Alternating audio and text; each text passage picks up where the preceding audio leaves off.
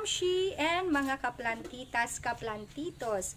Ako po ang inyong si Ate Lynn para sa garden ni Nanay Lori. Today's video po ay ipapakita ko sa inyo kung paano magpo-propagate o magpaparami ng ating walang kupas na bougainvillea sa ibang paraan. Actually, napanood ko lang din ito sa YouTube, dito sa YouTube. Okay mga guys, bago yan, ipapakilala ko po muna sa inyo ang ating mga little plantitas. Ito si Ate JJ. Hi! At ito naman ang ating Ading Nicole. Yan.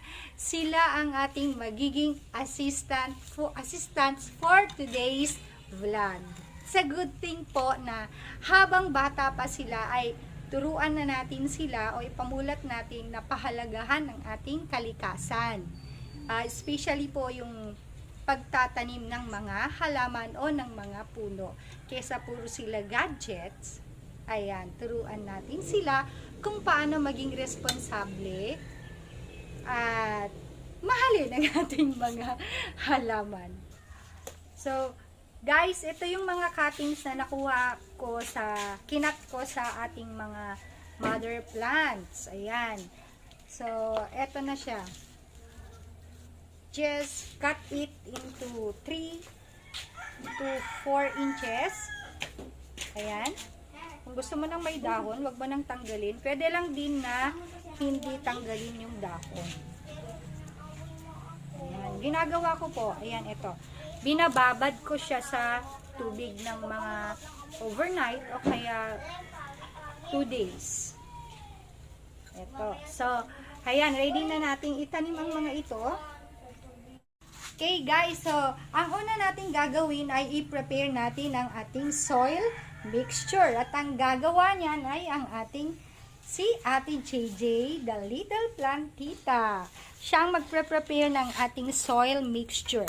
Okay, Ate JJ, paki-prepare na isang takal ng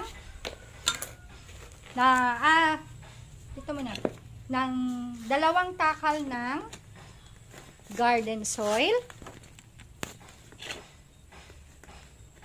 Kailangan naka-gloves. Ayan. Ito lang, hindi siya puno. Sagdagan mo. Kapag pagtakal. Okay. Nagdagan ko lang kasi maliit yung takal niya. And then, isang takal ng vermicast. Ayan, vermicast. Okay. And then, ito ang bago. Buhangin. I-try natin kung paano magpabuhay ng bogies o ng bougainvillea natin sa buhangin. So, isang takal lang dito. Okay, dito lagay mo dito. Ayan.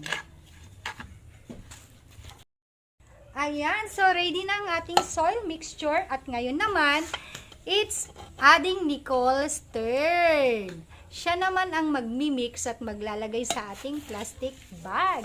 Okay, Ading Nicole, paki-mix na ng mabuti ang ating soil mixture. Ayan, very good. Kamay na lang kaya. Mas madali. Kamay, mas madali. O, para lang siyang naglalaro, mga guys. Okay, para lang naglalaro ang ating Ading Nicole. Okay, saglit ate. Now, the next step is maglalagay na si Ading Nicole ng soil mixture sa ating plastic bag.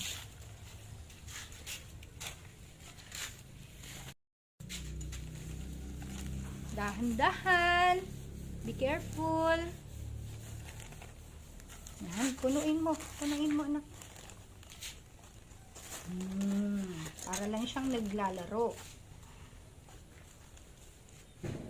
Uy, pagod na ba ang baby?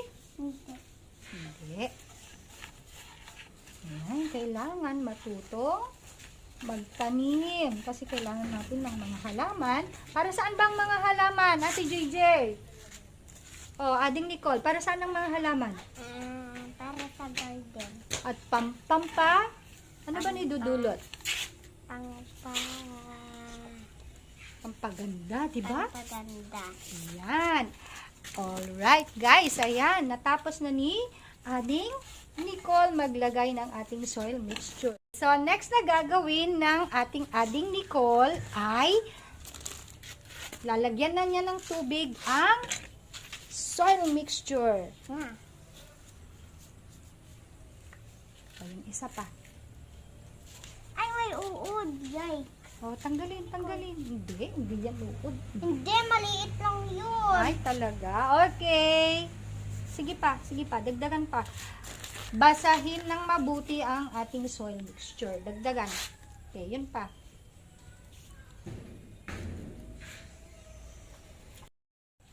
Okay, so next naman ay, yan, ready nang magtanim si Ate JJ ng ating bougainvillea, ng ating mga cuttings. Ayan.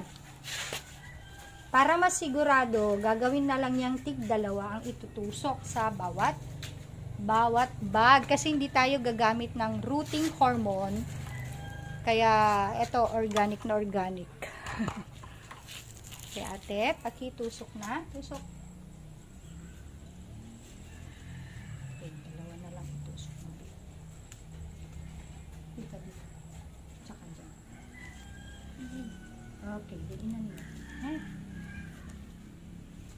Diinan mo. Ganon. Sige pa. Diinan mo.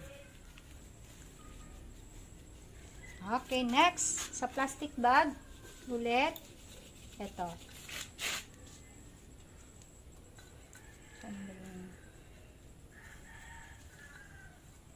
Ayan. Tsaka ito. Pagilid mo para magkasya sila.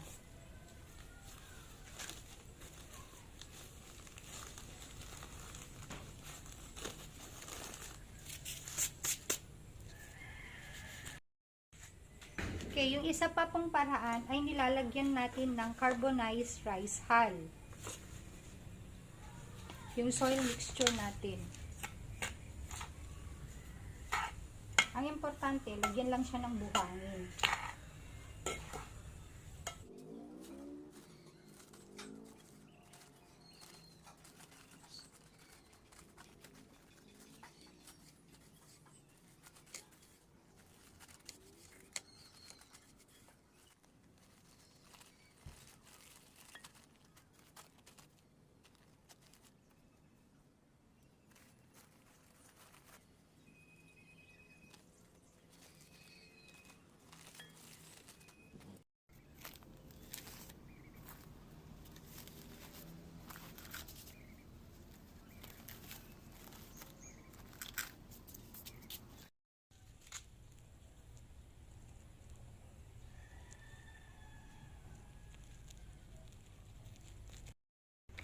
So, ayan po, after kong naitanim, ilalagay lang sa shaded area. Ayan. Kailangan huwag galaw-galawin yung ating itinanim para hindi siya parang maiistorbo po yung pagtubo niya.